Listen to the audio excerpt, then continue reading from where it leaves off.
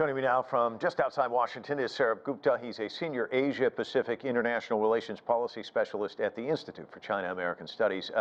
Sourabh, it's going to take some getting used to because Ambassador Cui Ting-kai has just been such a fixture here for so long. What does this change represent, do you think? Well, I would say this change represents the new normal in U.S.-China relations. That normal is fairly different, unfortunately, from what it was during the Obama years.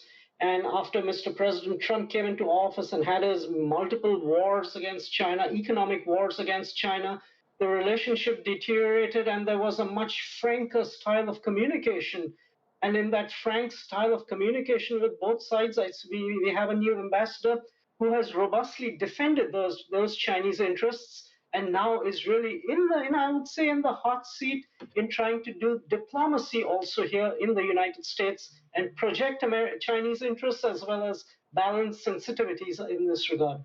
It's interesting listening to the new ambassador and his remarks. He quoted President Xi Jinping, who talked about forging new paths and building new bridges. But then right after that, he quoted President Biden, who said anything is possible. He used that to get into his pledge to follow through on this phone conversation between these two leaders earlier this year. So talk to us about the tone of his remarks. What can we read into that? What we can read into that is that the overall framework with which China approaches the United States is a framework of strategic cooperation and hoping that this relationship succeeds. But it cannot succeed on just any terms, and particularly terms which are unfairly placed and foisted upon the Chinese. And so what he was also signaling that there will be a robust defense of Chinese positions, but the overarching framework is cooperation with competitive tendencies within, and hopefully it will not be the other way around. But he's kept Washington on alert in this regard. He said it's a critical juncture in the relationship between these two countries. He hit on a lot of themes that we've heard on these broadcasts, mutual respect, win-win cooperation, peaceful coexistence. But back in the past, it seemed like you could get there. Things are so fraught right now. How do you mend those fences? How do you build those bridges?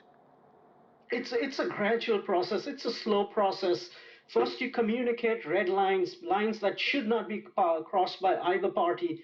Once there's clarity on that, then you try to have a degree of reassurance to each party that since red lines are not being crossed and we both understand each other, let's start building trust. But what I would like to also say is that this is also an opportunity. Yes, the relationship that Kissinger built, that relationship has frayed. We are in a new normal, but we have the opportunity now to frame to dictate the contours of what this new normal would look like. And I think that is an opportunity because it will last for the next perhaps decade, 2 decades, even longer than that. An opportunity to ingrain peaceful coexistence within U.S.-China relations. If you read the comments about him here in the West, you get the sense that he's this forceful character, and I suspect he will be, but he also showed empathy, wishing the U.S. an early victory against the pandemic. I think the characterization of him has been just partly accurate and therefore partly inaccurate too. He is soft-spoken, he is sensitive, he has a sense of humor. And yes, in the last few years, Chinese ambassadors have begun to become a bit more strident, and he has used his wittiness and his strident tone at times. And therefore, we are going to see a mix of the two, and it's also a challenge for him in being able to balance that, because it's one thing being strident, being in your home country, and another thing when you're the ambassador hosted by that country, the dynamics shift and change. And hopefully he will adjust and manage that change, because I think the Chinese diplomatic corps is very sophisticated in this regard. You're really good at watching all the moves on the chessboard. This move takes place not too long after Deputy Secretary of State Wendy Sherman was in Tianjin.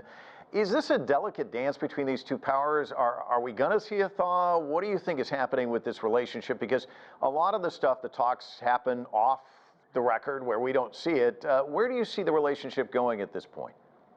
I see the relationship moving in a positive direction, but incrementally, very slowly. Remember, this relationship has been bruised very badly over the last 4 years, primarily by the Trump team.